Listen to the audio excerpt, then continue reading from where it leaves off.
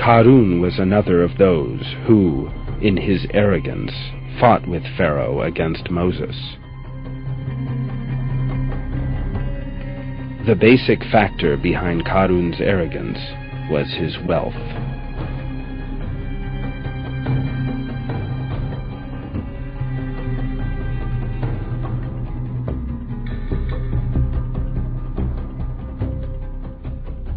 The wealth and rank attained by Qarun had turned his head and made him arrogant.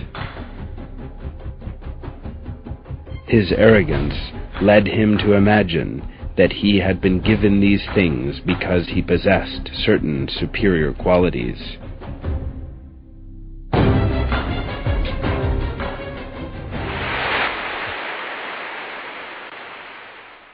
He said, "I have only been given it because of knowledge I have."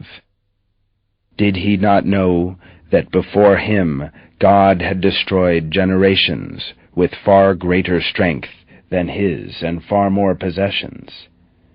The evildoers will not be questioned about their sins.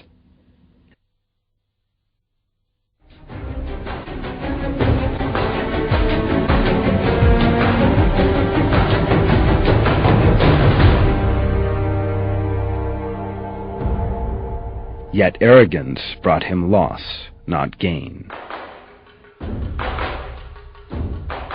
Because God destroyed the wealth that caused his arrogance and caused people who lived far from religious moral values to admire him.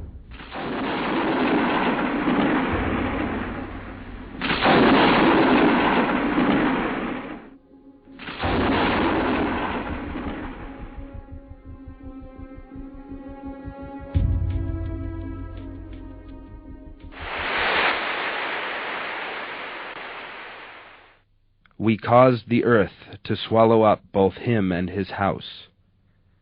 There was no group to come to his aid besides God, and he was not someone who is helped. Those who had longed to take his place the day before woke up saying, "God expands the provision of any of his servants he wills or restricts it. If God had not shown great kindness to us, we would have been swallowed up as well. Ah, truly the unbelievers are not successful."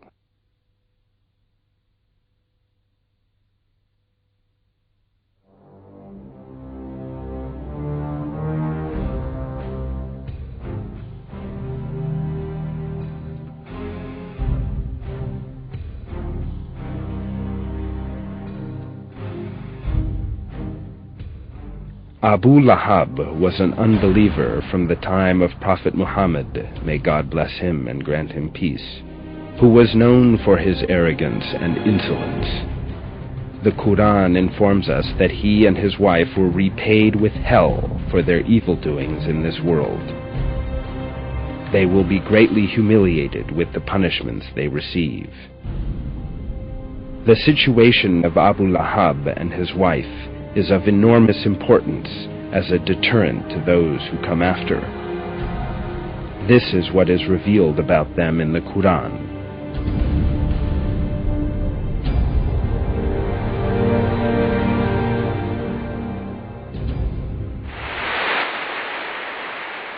Ruin to the hands of Abu Lahab, and ruin to him.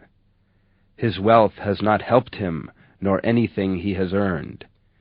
He will burn in a flaming fire, and so will his wife, the firewood carrier, with a rope of twisted fiber round her neck.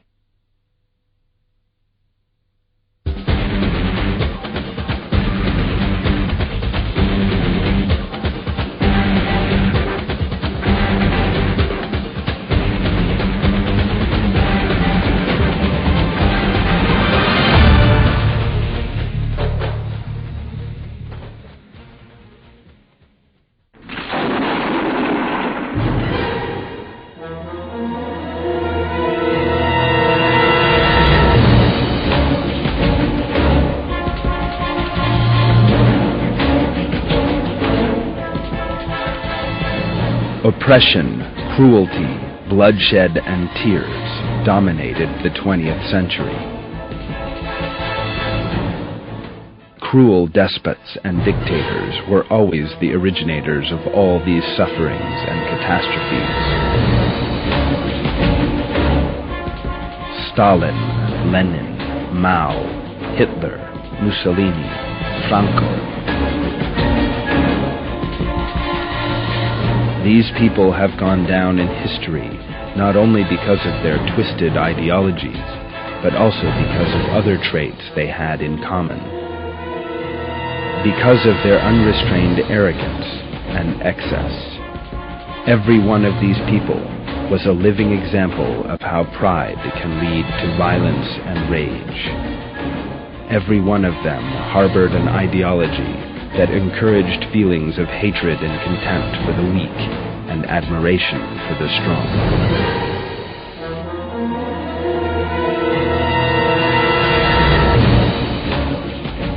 Pride became a part of their souls.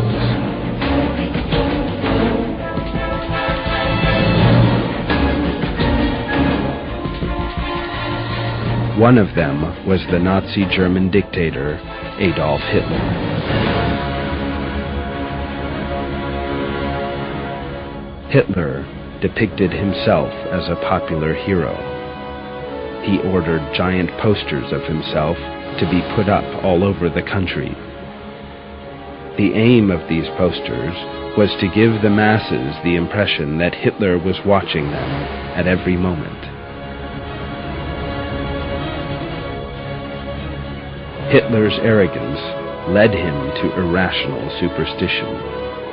He believed in the superiority of the Aryan race. His sole object was to separate the supposedly inferior races from the allegedly superior Aryan race. And in the light of this perverted aim, he had no hesitation over ruthlessly slaughtering those he regarded as inferior races. Nourished by pride, Hitler's feelings of hatred led to the deaths of millions all over the world and to the crippling of many more.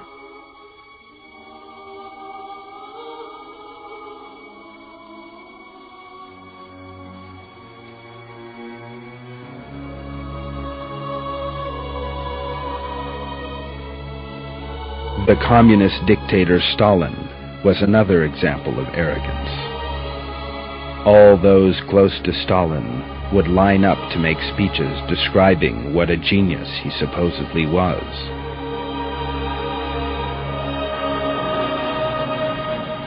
Because survival around Stalin meant telling lies and praising him to the heavens. Stalin eliminated many talented individuals from within the state, fearing that they would become his rivals.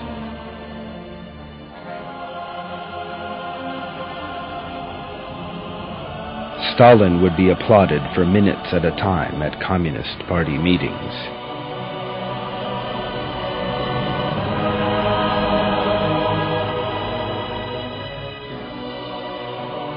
The reason for this was that everyone there was afraid to draw attention to themselves by being the first to stop clapping.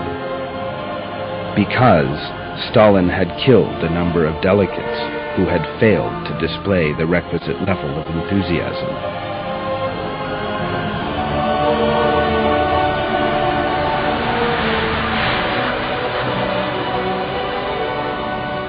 In a similar way in Italy, Mussolini portrayed himself as a superior individual with special abilities, specially chosen, and with a special task